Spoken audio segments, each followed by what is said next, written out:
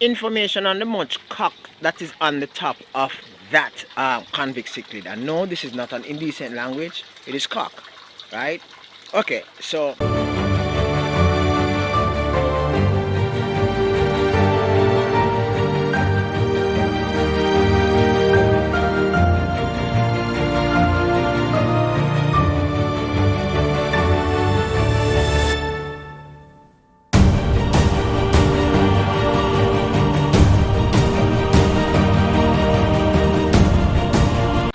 I have some convict cichlids, right? And I have been keeping them for the past 5 years, right?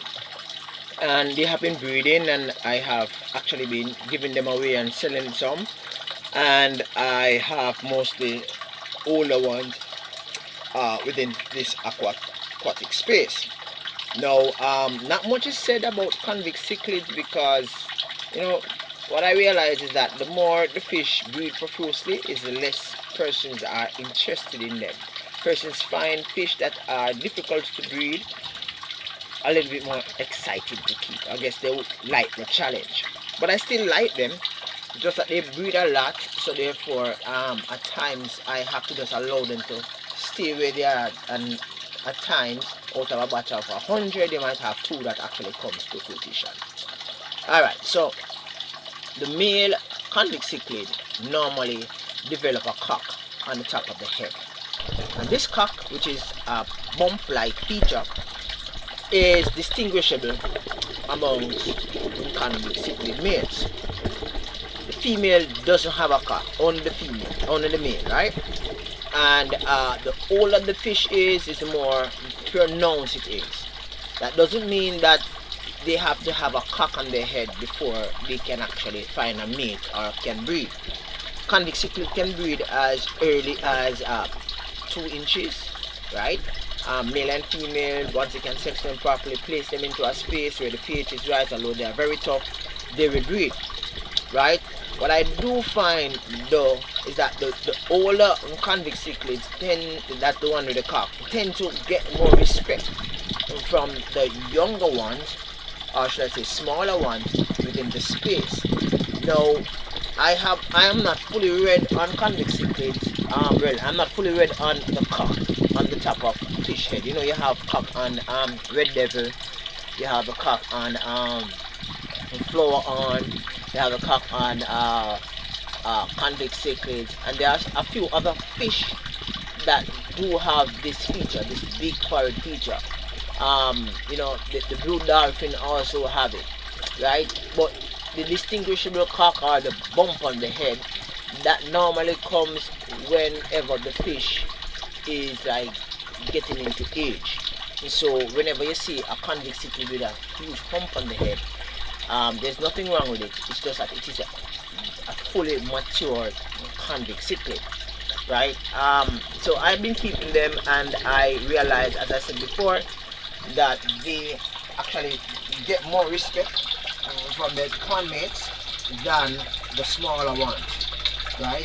They are the ones to get the ladies, they are the ones to get the babies, and they are defensive of the spaces in which they actually occupy in the pond, right? And convict cichlids are really nice to keep, awesome to keep. You have the grey and black one, in which I have a few, and how I got those is that I crossbred in polar blue with pink convict cichlids. The pink convict cichlids, the ones that you're looking at right now in the pond, they look like they're white, right? But they are really pink convict cichlids, right?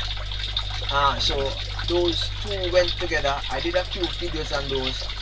That's the polar blue male that you're actually seeing right now, right? So one of that male actually went with, I think I do not bite my finger. That male actually went with a female pink convict cichlid and produced some babies, in which if you look in my playlist at my homepage, you will see a whole host of video on convict cichlids. This video is within that listing, so you can actually look at that, right?